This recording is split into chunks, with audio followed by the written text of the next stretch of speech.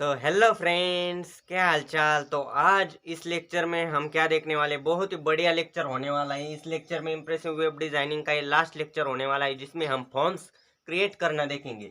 तो forms in HTML में basically चार मोस्ट इंपॉर्टेंट टॉपिक्स है, जिसमें फर्स्ट तो हम इनपुट टैग्स देखेंगे, अलग अलग इनपुट टैग्स जो कि फॉर्म में हमें इंक्लूड करने हैं।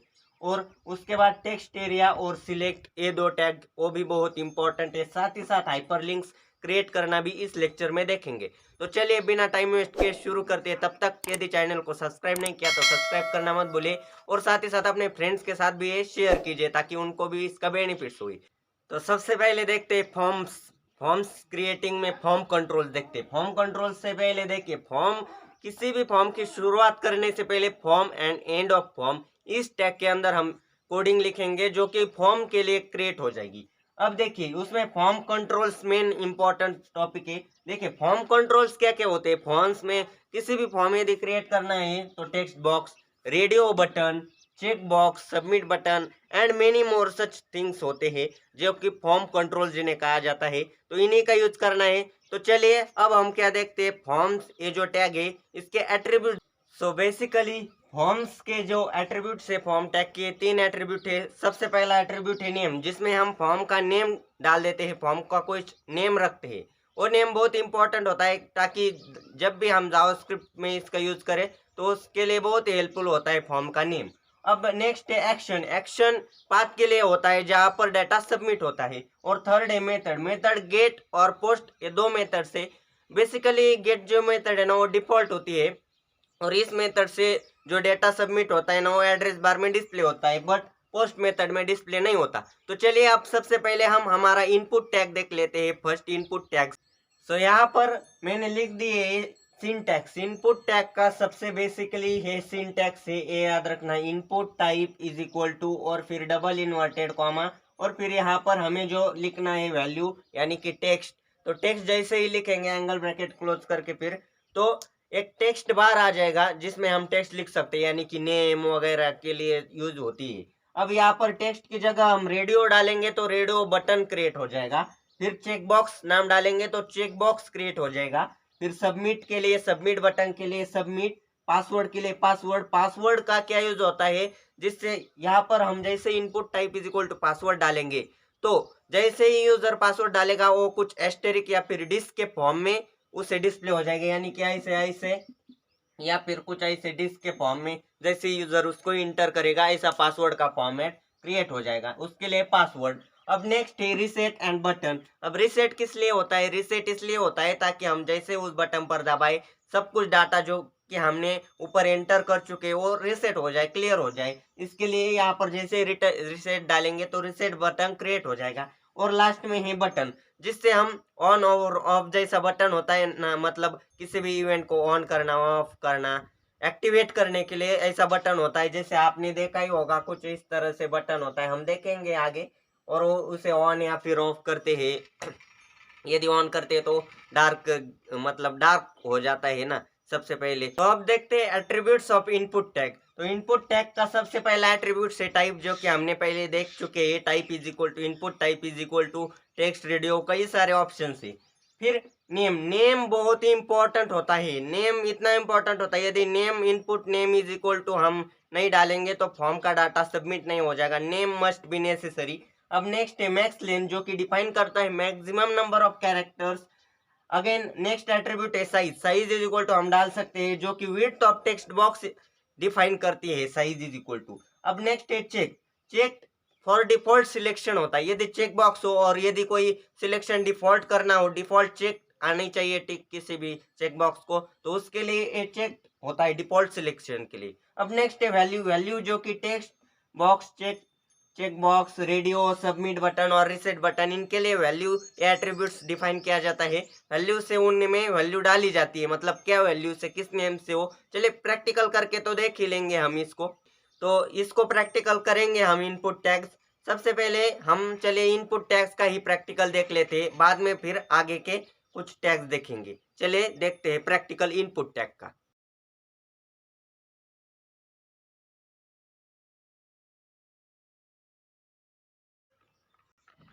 सो हम चलिए वेब पेज शुरू करने से पहले टाइटल देते हैं फॉर्म्स इन HTML। ओके, ये टाइटल हो गया। अब हम यहाँ पर आ चुके हैं बॉडी और एंड ऑफ बॉडी में।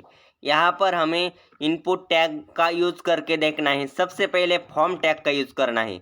तो हम यहाँ पर क्या करते हैं, H1 हीडिंग डाल देते हैं। हीडिंग H1 डाल देंगे और यहाँ पर फॉर्म डालेंगे। यहाँ पर हमारा देखिए, मैं क्या करता हूँ, एडमिशन फॉर्म नाम डाल देता हूँ। अब H1 हम क्या करते हैं इसको, चलिए एडमिशन फॉर्म डाल देता हूँ। एडमिशन फॉर्म, हम एडमिशन फॉर्म क्रिएट करेंगे एंड ऑफ H1। ये हो गया हमारा हीडिंग टैग। अब चलिए डायरेक्टली फॉर्म टैग का यूज़ करते हैं। तो यहाँ पर फॉर्म हमने डाल दिया, फॉर्म टैग। अब यहाँ पर नेम इज इक्वल टू कुछ भी डाल सकते हैं। इसके लिए थोड़ा इम्पोर्टेंट किस लिए होता है, यदि हमें डायरेक्टली वेब पेज में कैसे क्रिएट करना हो तो नेम बहुत इम्पोर्टेंट है, इसलिए हम बेसिक सा नेम डाल ही देते हैं। चलिए form name is equal to N1 डाल देते, कुछ भी डाल सकते हैं। चलिए मैं name is equal to F1 ही डाल देता हूँ फॉर्म के लिए। यदि जैसे जैसे हम आगे बढ़ते जाएंगे जावास्क्रिप्ट में आपको इसका यूज़ पता चल जाएगा, कितना यूज़ होता है इसका। इसके सिवा डाटा सबमिट ही नहीं हो सकता। अब form name is equal to यहाँ पर हो गया। अब एक्शन हम डाल सकते हैं सबमिट करने के लिए, एक्शन, बट वो इतना ज़्यादा इम्पोर्टेंट नहीं होता है। हमें इस लेक्चर में बेसिकली बाकी के टैग्स देख लेने हैं। जैसे हम जावास्क्रिप्ट की ओर बढ़ेंगे तो आपको सब कुछ एक्शन और मेथड समझ में आ जाएगा। तो चलिए यहीं पर इसका एंड करते हैं और एंड ऑफ फॉर्म भी पहले लिख देते हैं, एंड ऑफ फॉर्म।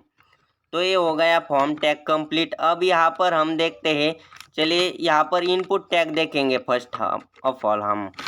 चलिए अब यहाँ पर इनपुट के लिए सबसे पहले किसी भी फॉर्म के लिए देखिए, सबसे पहले तो नेम डालने के लिए आता है। तो हम यहाँ पर डाल देते हैं एंटर यूर नेम। ओके, और यहाँ पर ऐसा कोलन। अब यहाँ पर हमें टेक्स्ट एरिया चाहिए, कुछ फील्ड चाहिए जो कि हम टेक्स्ट के लिए यहाँ पर टेक्स्ट इंसर्ट कर सकते हैं इनपुट लेने के लिए। तो यहाँ पर इनपुट टैग यूज करना होगा। Input type is equal to करके हम यहाँ पर डालेंगे टेक्स्ट। ओके, तो यहाँ पर टेक्स्ट बॉक्स क्रिएट हो जाएगा। अब इसके एट्रीब्यूट्स हमें यूज करने हो तो कर सकते हैं। Name is equal to max length is equal to size is equal to. अब वैल्यू के लिए वैल्यू, या अब इसके लिए तो नहीं होता ना, इसके लिए कुछ भी हम डिफाइन कर सकते हैं। बट चलिए यही पर इसका एंड करते हैं। तो यहाँ पर टेक्स्ट बॉक्स क्रिएट हो चुका है, हमारा टेक्स्ट बॉक्स। चलिए पहले इसको देख ही लेते हैं टेक्स्ट बॉक्स हमारा कैसे क्रिएट हो चुका है। यहाँ पर मैं नाम डाल देता हूँ फॉर्म्स इन HTML। ओके,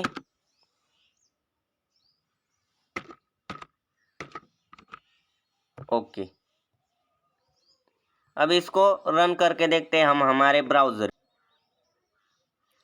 तो आप देख सकते हैं यहाँ पर एडमिशन फॉर्म नाम से कुछ आ चुका है और यहाँ पर इनपुट नेम, जैसे ही हम यहाँ पर क्लिक करेंगे तो टेक्स्ट बॉक्स ओपन हो चुका है। टेक्स्ट बॉक्स तो देखिए इस तरह से हमें क्रिएट करना था। ये टेक्स्ट बॉक्स आपने ये देख ही लिया। अब यहाँ पर हम डिज़ाइनिंग अलग अलग तरह से कर ही सकते हैं ना।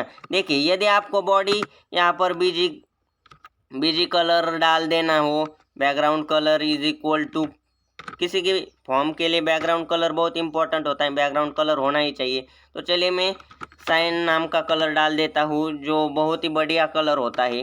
देखते हैं, देखिए ये कलर बहुत ही बढ़िया दिखाई दे रहा है एडमिशन फॉर्म के लिए। अब ये एंटर योर नेम आ चुका है। अब यहाँ पर हम नेक्स्ट डालेंगे। नेम के बाद देखिए मैं क्या करता हूँ, इसी टैग को कॉपी कर देता हूँ और फिर हम नेक्स्ट इसका यूज़ करते चले जाएंगे। देखिए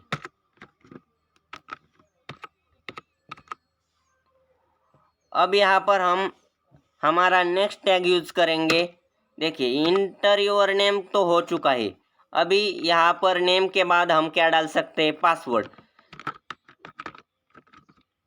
ओके, पासवर्ड हमने डाल दिया। अब यहाँ पर हम ऐसे इस तरीके से डालेंगे और फिर हमारा टैग डालेंगे और यहाँ पर टेक्स्ट की जगह डायरेक्टली पासवर्ड डालेंगे तो ये पासवर्ड के लिए फील्ड आ जाएगी।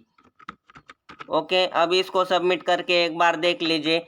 आपको यहाँ पर दिखाई देगा कि पासवर्ड के लिए एक फील्ड आ चुकी है। देखिए पासवर्ड के लिए अब यहाँ पर BR टैग यूज करना पड़ेगा यदि नीचे आना लाना हो इसको तो, या फिर ऐसे आ जाएगा। देखिए पासवर्ड के लिए फील्ड आ चुकी है और यहाँ पर कुछ भी पासवर्ड डाल रहे हैं और यहाँ पर जैसे बैक आएंगे आपको दिखाई दे रहा होगा कि इस तरह से कुछ आता है। देखिए यहाँ पर जैसे ही डालते चले जाएंगे हम पासवर्ड जैसा दिखाई देना शुरू हो जाएगा। तो ये था पासवर्ड के लिए। अब हम हमारा नेक्स्ट टैग देख लेते हैं यहाँ पर यूज करके। पासवर्ड तो हो चुका है। अब पासवर्ड के बाद हम रेडियो देखते हैं। रेडियो बटन हमें यदि जेंडर के लिए यूज करना हो या फिर क्लास के लिए, सबसे पहले जेंडर ही देखते हैं। चलिए जेंडर डाल देता हूँ मैं यहाँ पर, और यहाँ पर फिर अगेन हम यहाँ पर देखिए। अब जेंडर के लिए बहुत इंपॉर्टेंट होता है। मैं दो तरह के रेडियो बटन आपको दिखाऊंगा। सबसे पहले तो आपको दिखाऊंगा कि किसी ऑप्शन को, पहले जेंडर को देख लेते हैं। देखिए अब जेंडर के लिए हमें अगेन वही डालना है, input type is equal to radio. हो गया रेडियो। अब जेंडर के सामने रेडियो आ चुका है और यहाँ पर हम डालेंगे मेल। अब यहाँ पर वैल्यू इज इक्वल टू भी हम डाल सकते हैं। चलिए इसको तो हम सबसे पहले क्या करते हैं, यहाँ पर input type is equal to radio, name is equal to gender डाल देता हूँ। अब एक किस लिए है आप देखेंगे आगे। चलिए name is equal to gender डाल दिया और यहाँ पर मेल लिख दिया। अब यहाँ पर अगेन टैग हमें यूज करना है वही, input type is equal to radio. देखिए input type is equal to radio, फिर यहाँ पर name is equal to again वही नेम यूज करना पड़ेगा, ताकि जैसे ही हम वही नेम को यूज करेंगे तो दो अलग अलग नहीं हो जाएंगे, एक ही हो जाएगा। मतलब एक पर क्लिक करने के बाद दूसरा गायब हो जाता है ना, वैसा। देखिए नेम इज इक्वल टू हम डालेंगे अगेन वही ऊपर जो डाला है ना जेंडर, और यहाँ पर इन्वर्टेड कॉमा कंप्लीट करके यहाँ पर डालेंगे हम देखिए फीमेल। देखिए ओके ये हो चुका है क्रिएट। अब देखते हैं हम इसको रन करके हमारा किस तरह से। देखिए मेल और फीमेल, तो देखिए जैसे भी मैं मेल पर क्लिक करता हूँ फीमेल का गायब होता है। फीमेल पे मतलब by default one he selection के लिए ऐसा यूज किया जाता है। हम यदि यहाँ पर नेम्स अलग अलग यूज किए जाएंगे ना, यदि मैं जेंडर वन जैसा ही डाल दूंगा ऐसा कुछ, तो देखिए ये टू डिफरेंट हो जाएगी। तो हम दोनों को भी सिलेक्ट कर सकेंगे। देखिए इसको रिफ्रेश करते हैं, अब देखते हैं। देखिए दोनों को भी सिलेक्ट कर सकते हैं। बट यदि उस टाइप का कुछ करना हो मल्टीपल सिलेक्शन के लिए, एंटर योर सब्जेक्ट, और यहाँ पर सब्जेक्ट के लिए रेडियो बटन को डालना हो तो उसके लिए ये यूज़ किया जा सकता है। या फिर कोई मल्टीपल ऑप्शन के लिए मल्टीपल चॉइस होना हो तो उसके लिए। बट ये तो सिंगल ही चॉइस है ना, तो इसके लिए ऐसा यूज़ करना पड़ेगा। ओके एक क्लियर हो चुका है आपको। Input type is equal to radio भी क्लियर हो चुका है। अब हम हमारा नेक्स्ट देख लेते हैं। अब हम चेक बॉक्स देखेंगे। चेक बॉक्स देखने से पहले देखिए चेक बॉक्स किस लिए होता है। चेक बॉक्स देखिए एंटर यूर सब्जेक्ट डिटेल्स या फिर चूज यूर सब्जेक्ट के लिए यूज करते हैं। देखिए चूज यूर सब्जेक्ट्स, ओके। और यहाँ पर हम जैसे ही यहाँ पर इनपुट टाइप यूज करेंगे, देखिए input type is equal to यहाँ पर चेक बॉक्स यूज करना है हमें। चलिए देखते हैं अभी चेक बॉक्स। अब यहाँ पर हमें इनपुट टाइप का चेक बॉक्स क्रिएट हो चुका है और उसके सामने यहाँ पर हम सब्जेक्ट डालेंगे। चलिए फर्स्ट सब्जेक्ट मैंने डाल दिया फिजिक्स। अभी यहाँ पर नेक्स्ट अगेन हमें यूज करना पड़ेगा। देखिए input type is equal to check box.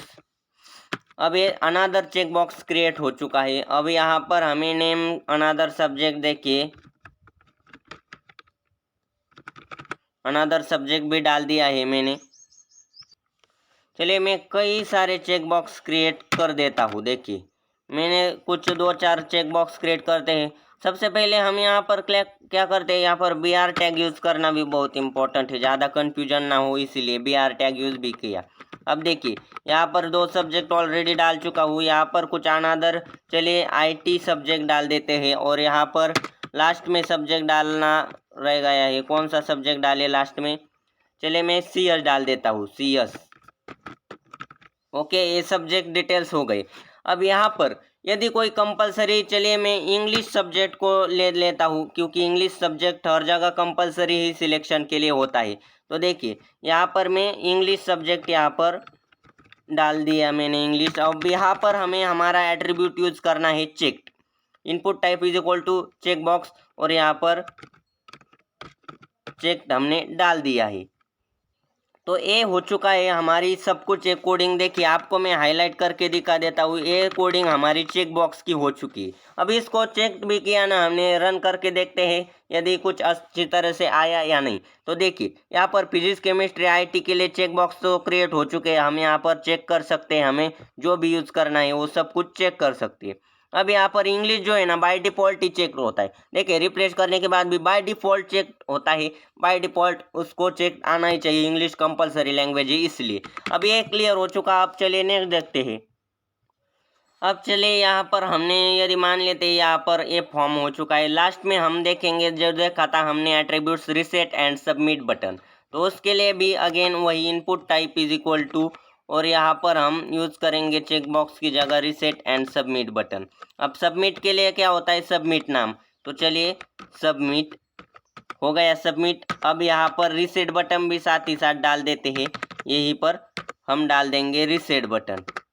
Reset के लिए रीसेट, ये हो गए सबमिट और रीसेट बटन। अब चलिए इसको एक बार रिफ्रेश करके देख लेंगे किस तरह से आ चुके हैं। देखिए सबमिट और रीसेट भी आ चुके हैं। हम इसको BR टैग यूज करके नीचे डाल सकते हैं, देखिए BR टैग।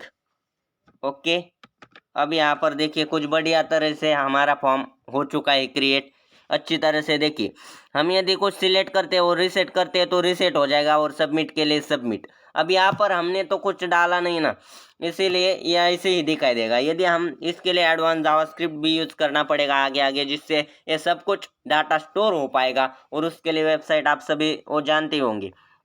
अब यहाँ पर सिर्फ आखिरी एट्रीब्यूट बचा है जो कि है बटन का, तो वो भी हम यहाँ पर यूज कर देते हैं। चलिए यहाँ पर input type is equal to button, देखिए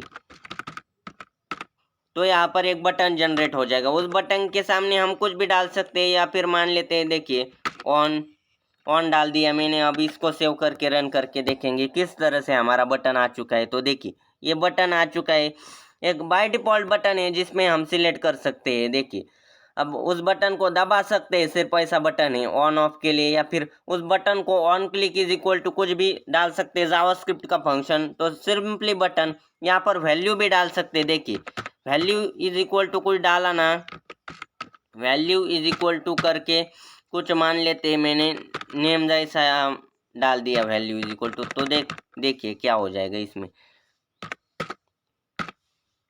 ओके, अभी इसको रन करके देखेंगे किस तरह से आ चुका है। तो देखिए वो वैल्यू जैसे ही डाला तो वो वैल्यू यहाँ पर नेम में आ चुकी है।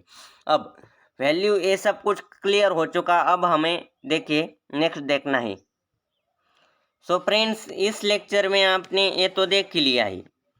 आई होप सभी को ये समझ आ ही गया होगा। कमेंट में बताना मत भूले, यदि कुछ भी डाउट हो तो कमेंट में अवश्य। सो इनपुट टैग तक तो आपने प्रैक्टिकल देख लिया। आई होप आपको सभी को समझ में आया होगा। समझ आया तो कमेंट में बताना मत भूलिएगा। अब चलिए नेक्स्ट टैग देखते हैं, टेक्स्ट एरिया टैग। बहुत इंपॉर्टेंट टैग है और उसमें बहुत सारे एट्रीब्यूट्स है। सबसे पहले तो इसका सिंटैक्स बताने से पहले देखिए, सिंटैक्स तो यही हो जाएगा, text area name is equal to, या फिर name is equal to name डालेंगे, बहुत इंपॉर्टेंट होता है।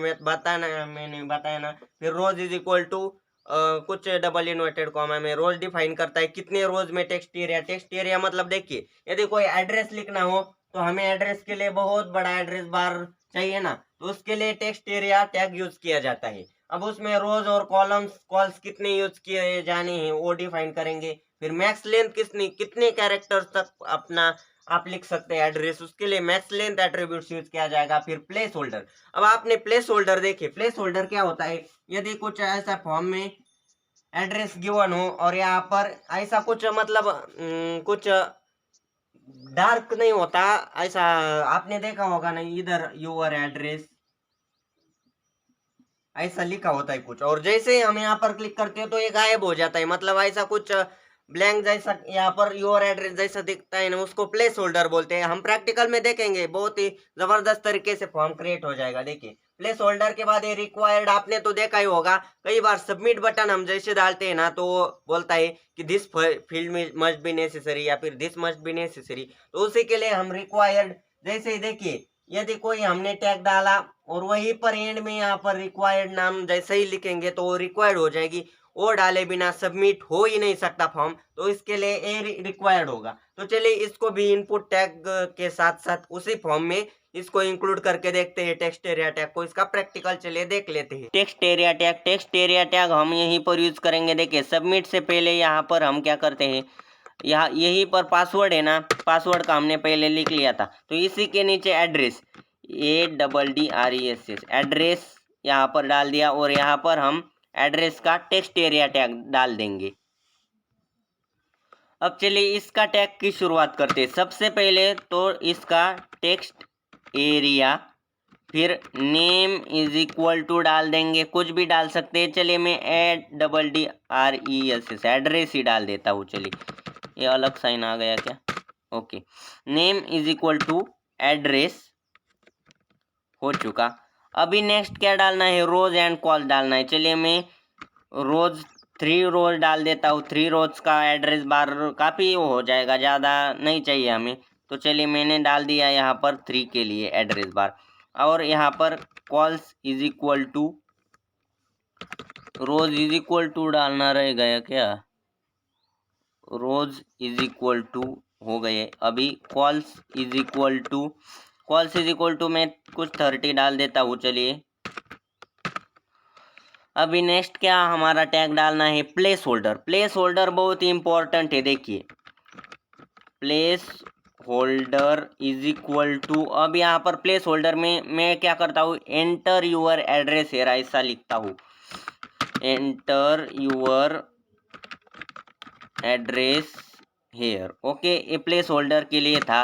अब नेक्स्ट रिक्वायर्ड, ये कंपलसरी होना चाहिए इसलिए रिक्वायर्ड डाल दिया मैंने। और यहाँ पर इसी के साथ टैग का हमें एंड करना है। देखिए एंड भी कर दिया। और हाँ दोस्तों, इसका एंड करना मत बोलना, क्योंकि टेक्स्ट एरिया है ना, सिंगुलर टैग नहीं है, इसका एंड करना बहुत ही जरूरी है। Text area, end of text area हो गया है। अभी ये टैग कंप्लीट हो चुका है। देखिए इसको सेव करके हम अब रन करके देखेंगे। चलिए अब आप देख सकते हैं, देखिए यहाँ पर स्क्रीन पर बहुत ही बढ़िया तरीके से, और आपने देख ही लिया होगा। देखिए यहाँ पर जो प्लेस होल्डर है इस तरीके से होता है, एंटर यूर एड्रेस हेयर, और जैसे यहाँ पर क्लिक करेंगे तो वो गायब हो जाएगा। देखिए यहाँ पर टाइप करने के बाद ये गायब हो जाता है। तो आपने देख ही लिया, आई होप ये टेक्स्ट एरिया टैग आप सभी को समझ आ ही गया होगा सब कुछ। अब यहाँ पर हम नेक्स्ट हमारा लास्ट टैग देखेंगे जो कि ऑप्शन टैग है। चलिए देख लेते हैं। आप यहाँ पर BR टैग भी यूज़ कर सकते हैं। यदि आपको ये हमें अच्छी तरह से नहीं दिखाई दे रहा है ना, तो देखिए इस एड्रेस के सामने ठीक यहीं पर हम BR टैग यूज़ करेंगे तो ये थोड़ा सा नीचे शिफ्ट हो जाएगा एज पर हमारे कन्वीनियंट के लिए। देखिए नीचे शिफ्ट हो गया। तो आपने प्रैक्टिकल देख लिया, input tag text area tag तो फिनिश हो गया। अब बचा है सिलेक्ट टैग, बहुत ही इंपॉर्टेंट टैग है। सिलेक्ट टैग क्या होता है, जब भी हम कोई फॉर्म देखते हैं ना, यदि एडमिशन फॉर्म हो कुछ भी हो, तो आपने ड्रॉप डाउन लिस्ट जैसा तो देखा ही होगा। यदि कोई नाम होता है सिलेक्ट योर कॉलेज या फिर सिलेक्ट योर ग्रेड, तो जैसे हम क्लिक करते हैं यार, वो नीचे हमें कई सारे ऑप्शन दिखाई देते हैं, उनमें से एक सिलेक्ट करना होता है ना हमें, तो उसी को सिलेक्ट टैग बोलते हैं। हम प्रैक्टिकल में देखेंगे एक्चुअल में कैसा दिखाई देता है, यदि आपको पता नहीं हो तो ऐसा सिलेक्ट टैग करना हम क्रिएट करेंगे। इसका टैग है सिलेक्ट टैग। सिलेक्ट और एंड ऑफ सिलेक्ट में इसकी शुरुआत होती है। सबसे पहले इसके तो एट्रीब्यूट्स अगेन वही, name, multiple and size. Multiple इसके लिए होता है ताकि मल्टीपल हम सिलेक्शन कर सके, और फिर साइज के लिए साइज, उसमें साइज डिफाइन करती है वैल्यू। अब ये तो इसके एट्रीब्यूट्स हो गए। सिलेक्ट और एंड ऑफ सिलेक्ट भी हम सीख गए, बट इसमें ऑप्शंस कैसे डाले, जो ऑप्शंस होते हैं ना कई सारे, तो उसके लिए एक अलग से ऑप्शन टैग होता है। ऑप्शन के लिए सिलेक्टेड है वैल्यू, ये दो इसके एट्रीब्यूट्स है। सिलेक्टेड बाय डिफॉल्ट, यदि कोई सिलेक्शन हमें करना हो तो उसके लिए सिलेक्टेड, और वैल्यू इसमें ऑप्शन की वैल्यू जो होती है ना, उसके लिए ऑप्शन टैग यूज किया जाता है, मतलब कौन सा ऑप्शन डालना है उसके लिए।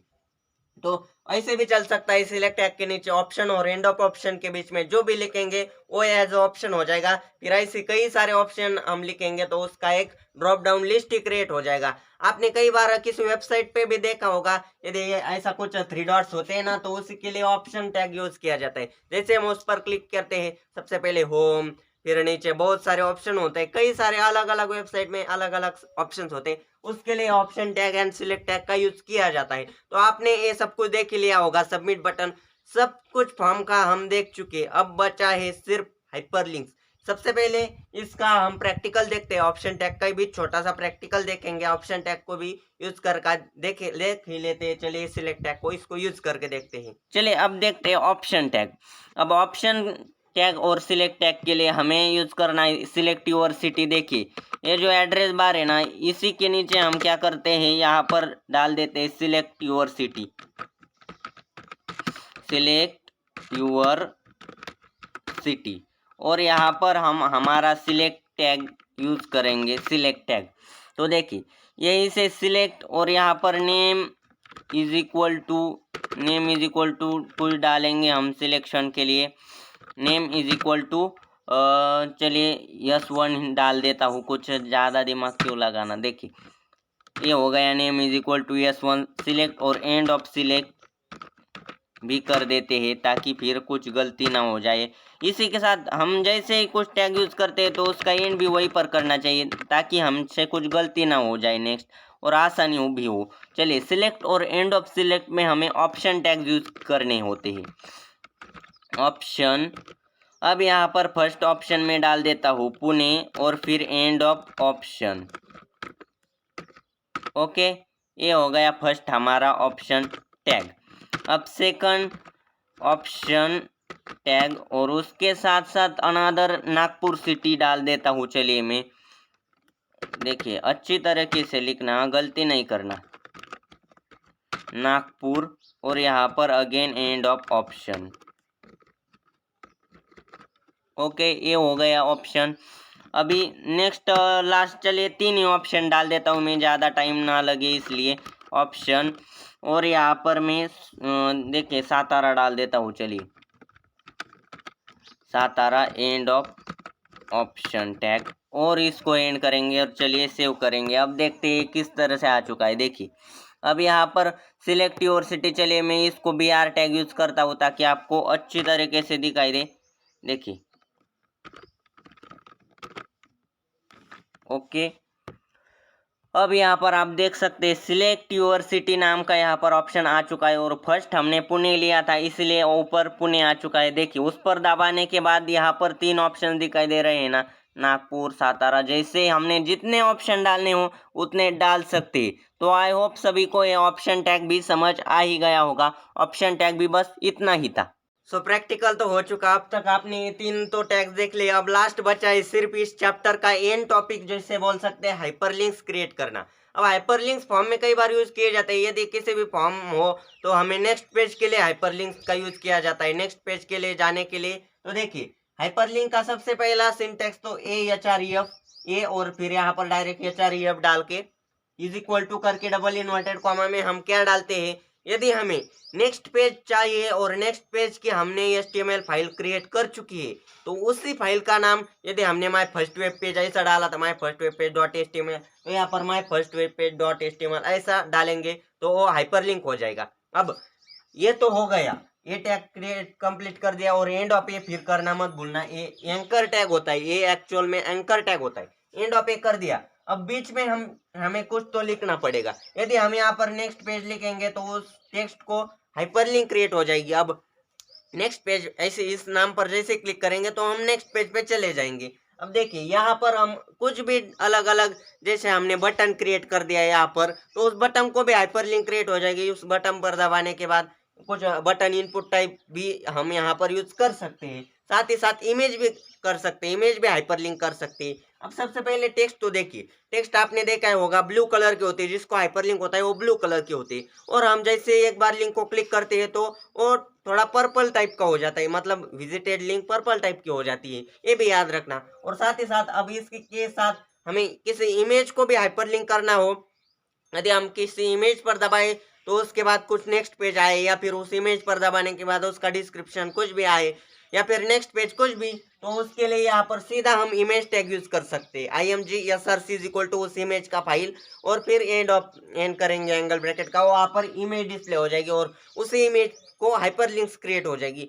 तो ये सारा था हाइपरलिंक्स का। इसको भी एक बार छोटा सा प्रैक्टिकल करके देखते हैं उसी फॉर्म में। सो फ्रेंड्स, अब यहाँ पर हम हाइपरलिंक का टैग देखेंगे। तो चलिए यहाँ पर लास्ट में मैं डाल देता हूँ हाइपरलिंक के लिए AHREF इज इक्वल टू डाल देंगे हम, हमारा कुछ नाम डालेंगे यहाँ पर। यदि हम www.google.com डालेंगे तो गूगल की भी साइट यहाँ पर आ जाएगी। आपको देखना है, आप प्रैक्टिस करके देखिए। मैं क्या करता हूँ यहाँ पर, हमारा जो पहले एक देखिए कुछ इस तरह से एक था, देखिए मैं आपको पेस्ट करके दिखा देता हूँ। देखिए क्रिएशन ऑफ टेबल .html नाम की फाइल हमने पहले कर चुकी है पिछले लेक्चर में, तो उसी को हमने डाल दिया और यहाँ पर इसको एंगल ब्रैकेट क्लोज करने के बाद यहाँ पर हमने टेबल बनाना था ना, तो व्यू योर टाइम टेबल मान देते हैं यहाँ पर, व्यू योर टाइम टेबल जैसा। तो देखिए व्यू योर, ज़्यादा डबल ओ हो गया क्या, चलिए कट कर दिया मैंने, view your time table. Okay, और यहीं पर एंड ऑफ ए कर देंगे और इसको एंड कर देंगे। देखिए अब आप देख सकते हैं, देखिए ये हमारी कोडिंग तो हो गई हाइपरलिंक की। अब इसको रन करने के बाद देखिए हाइपरलिंक क्रिएट हो चुकी होगी नीचे। देखिए यहाँ पर व्यू योर टाइम टेबल नाम आ चुका है। जैसे हम क्लिक करेंगे तो हमारा पिछले वाला टाइम टेबल आ जाएगा। अब यहाँ पर देखिए हम प्रीवियस पेज भी डालेंगे। यहाँ पर प्रीवियस पेज में हम हमारी हाइपरलिंक्स डालेंगे। तो देखिए हमारा जो क्रिएशन ऑफ टेबल है ना, फॉर्म्स इन HTML नाम की जो फाइल है उसको हम कॉपी कर देते हैं। सबसे पहले उसका नाम हम कॉपी कर देंगे और ये जो क्रिएशन ऑफ टेबल नाम की फाइल है, और यहाँ पर देखिए नेक्स्ट पेज मैंने ऑलरेडी डाल के रखा है। यहाँ पर देखिए प्रीवियस पेज नाम का कुछ डाल के रखा है और यहाँ पर हम ये जो फाइल है ना, यहाँ पर हमारी ये फाइल डाल देंगे। चलिए डाल दी, फॉर्म्स इन HTML नाम की फाइल डाल दी और इसको सेव कर दिया। अब देखिए इसको हम इसको भी रन कर सकते। देखिए ये तो टेबल आ चुका है और प्रीवियस पेज पे डालने के बाद हमारा पहले वाला पेज हम ऐसे भी एक्सेस कर सकते हैं हमारे पेजेस। तो आपने ये देख लिया। अब हम इमेज को भी हाइपरलिंक करना देख लेते हैं साथ ही साथ। देखिए हमने कुछ इमेज इंसर्टिंग यहाँ पर देख लिया था और यहाँ पर देखिए हम साथ ही साथ इसी फॉर्म में ना ये जो है ना व्यू योर टाइम टेबल, इसकी जगह इमेज टैग यूज कर सकते हैं। सो देखिए फ्रेंड्स, हम यहाँ पर हमारा इनपुट टैग भी यूज करके देख लेते हैं। Input type is equal to डाल के UTTON बटन, और यहाँ पर वैल्यू इज इक्वल टू करके हम नेक्स्ट यहाँ पर वैल्यू डालना है। वैल्यू उस बटन की वैल्यू हमने डाल देंगे। चलिए नेक्स्ट पेज हो गया। अब यहाँ पर एंड ऑफ ए भी हो चुका है और इनपुट टैग का भी यहाँ पर एंड हो चुका है। अब इसको देखिए रन करने के बाद कुछ इस तरह से देखिए, हमने ये टाइम टेबल का है क्या, एक मिनट। सो फ्रेंड देखिए यहाँ पर एक डबल इन्वर्टेड कॉमा रहेगा था, इसीलिए वो रन नहीं हो रहा था। देखिए अब इसको रन कर सकते हैं हम। देखिए अच्छी तरीके से देखिए रिफ्रेश कर दिया तो यहाँ पर आ चुका है हमारा नेक्स्ट पेज। तो देखिए ये जो नेक्स्ट पेज है उस पर जैसे ही दबाएंगे तो हमारा नेक्स्ट पेज आ जाएगा। प्रीवियस पेज के लिए भी यहाँ पर हम बटन डाल ही सकते हैं। अब क्यों ना हम किसी इमेज को भी डाल के देखिए। तो देखिए मैं क्या करता हूँ, यहाँ पर अलग से टैग ले लेता हूँ इमेज के लिए भी। देखिए अब यहाँ पर देखिए जो व्यू योर टाइम टेबल हमने ले चुके थे ना पहले से ही, तो इसको डिलीट करके मैंने यहाँ पर इमेज टैग यूज करना है हमें। देखिए img फिर src source is equal to यहाँ पर फाइल का नेम और इसी के साथ एड। अब यहाँ पर हमें फाइल डाल देनी है। देखिए मैंने इमेज टैग यूज किया है और साथ ही साथ यहाँ पर इमेज की हाइट भी हम सिलेक्ट कर देते हैं। हाइट इज इक्वल टू, मैं छोटी सी हाइट डाल देता हूँ, ज़्यादा बड़ी नहीं हो, इसीलिए हाइट हो चुकी है। और यहाँ पर विड्थ साइज यानी कि size is equal to 30 again size डाल देते हैं और इसको इसी के साथ सेव करके रन करके देखेंगे। तो देखिए यहाँ पर हमारी जो इमेज है ना, छोटी सी इमेज आ चुकी है। देखिए यहाँ पर जैसे ही उसको क्लिक करेंगे तो हम नेक्स्ट पेज पे चले जाएंगे, उसी पेज पे। तो आपने आई होप फ्रेंड्स सब कुछ देख ही लिया होगा, किस तरह से बढ़िया तरीके से फॉर्म हमारा क्रिएट हो चुका है। यहाँ पर आपने देख ही लिया। इसको आप अपनी तरह से कुछ भी यहाँ पर देखिए, ये जो है ना बोल्ड, इटैलिक, हेडिंग या फिर कुछ भी जो कुछ डालना हो सब कुछ यहाँ पर डाल सकते हैं। अब इसी के साथ ही फिनिश होता है। हम क्लास 12 का जो है ना आईटी का एडवांस वेब डिजाइनिंग, इसमें बहुत ही डायनेमिक जैसे वेब पेजेस भी देखने वाले हैं। तो चलिए, ये आई होप सभी को समझ आ ही गया होगा। सो फ्रेंड्स, आज इस लेक्चर में हमने सब कुछ देख लिया है। सबसे पहले तो input tag, text area, select and hyperlink से चारों इंपॉर्टेंट टॉपिक्स देख लिए और सभी को कंबाइन करके हमारा फॉर्म भी रेडी है। आपने देख लिया इसका आउटपुट भी कैसे होता है। तो ये था आज के लेक्चर में और इसी के साथ साथ क्लास 11 का पोर्शन भी फिनिश होता है। आई होप सभी को ये सब कुछ समझ आया होगा। और पहले भी जैसे बेसिक से अब हाइपरलिंक्स में सबसे पहले आपको इमेज टैग आना जरूरी है, उसका भी अलग से लेक्चर पहले बना चुका हूँ मैं, वो आपने शायद देखा होगा। और ये बहुत ही इम्पोर्टेंट टॉपिक है, ये सब कुछ है। मतलब ये आने के लिए सबसे पहले तो आपको बेसिक आना चाहिए, जिसमें हमने हेडिंग सब कुछ देखा था। तो फॉर्म में ये सब कुछ हमें यूज करना ही होता है ना, इसीलिए ये सब कुछ एंड यहीं पर होता है क्लास 11 का वेब डिजाइनिंग HTML का। अब आगे क्या देखेंगे, इसी के आगे हम जावास्क्रिप्ट का बेसिक्स देख लेंगे, फिर हम advance web designing and JavaScript का भी एडवांस कुछ देखेंगे। तो चलिए, आज इस वीडियो में सब कुछ आपने देखा। यदि समझ आया तो डिस्क्रिप्शन में चैट बॉक्स में लिखना मत भूलिएगा, साथ ही साथ फ्रेंड्स को भी शेयर कीजिए। मिलते हैं अब नेक्स्ट वीडियो में, तब तक के लिए बाय बाय, थैंक यू।